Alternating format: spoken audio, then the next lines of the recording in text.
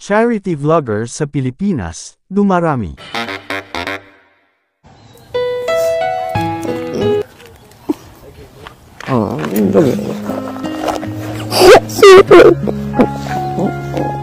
Dumarami ang mga charity vloggers sa Pilipinas. Sila yung mga YouTube vloggers na namamahagi ng tulong pinansyal at o material sa ating mga kapuspalad na kababayan buhat sa kanilang sariling bulsa o galing sa kinita nila sa YouTube. Hindi ko batid kung sino ang nagsimula ng trend na ito, subalit dumarami ang subscribers, followers, at viewers ng mga vloggers na may ganitong tema. Ang ilan sa mga charity vloggers na mapapanood natin ay kinabibilangan nina Kuya Val Santos Matubang, Kailengap Rab, Tekram, Pobreng Vlogger Archie Hilario, Jose Halorina, Bergalinkers 2.0, Pugong Hero, King Locks, at iba pa. Ang iba ay nagbibigay rin ng tulong sa mga mahihirap, subalit hindi talaga ito ang tema ng kanilang vlog. Kabilang sa mga grupong ito sina Rafi Tulfo in Action, Hungry Syrian Wanderer, Japer Sniper, Ivana Alawi, Har Abbas, Makimoto, at iba pa. Ipinabahagi lang ng mga vloggers na ito ang parte ng kanilang mga kinita sa mga mahihirap.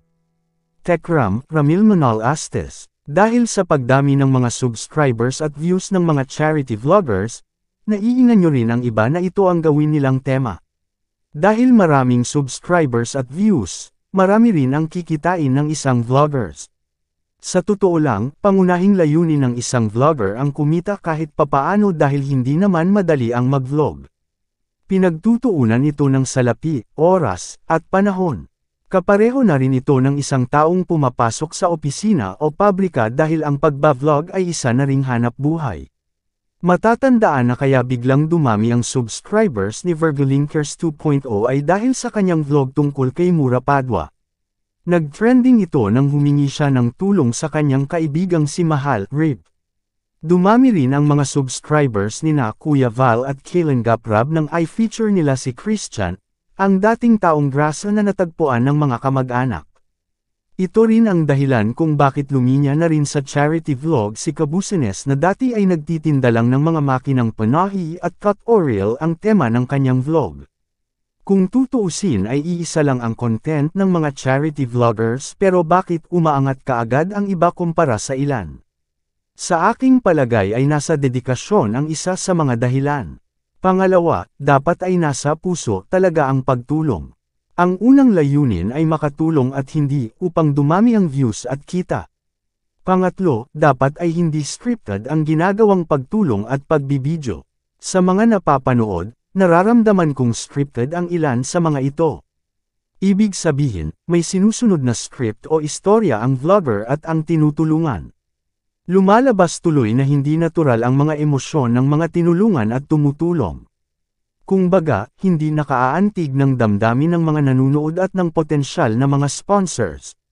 Kapag natural ang pagtulong at walang sinasaulong sasabihin ang tinutulungan, mararamdaman mo ang kanilang mga emosyon.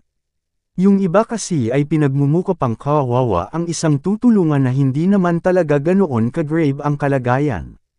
Mahahalata mo rin sa ibang charity vloggers na hindi tumataas ang subscribers at views ay ang layunin nilang kumita. Mas nakapokus sila sa madaragdag na subscribers, viewers at kita. Mapapansin ito sa mga vloggers na nakikipagkalab sa mga sikat ng charity vloggers. Binibisita nila ang mga ito upang mahikayat ding mag-subscribe sa kanila ang mga subscribers at sponsors nito. Sa palagay ko ay hindi epektibo ang ganitong estratehiya. Nanunood ang isang viewer dahil sa content at sincerity ng isang vlogger. Nais ng manunood ang sumaya, matuto, at makiisa sa karanasan ng vlogger at ng mga nakapaligid sa kanya.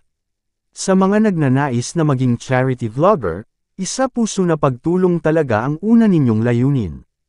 Ang premyo ay darating sa araw na hindi ninyo inaasahan.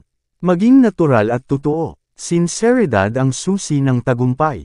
Sa iyong palagay ma-occupied ba ng mga charity vlogger ang karapat-dapat na tulungan sa buong Pilipinas? Paki-comment at palike sa video. Maraming salamat po.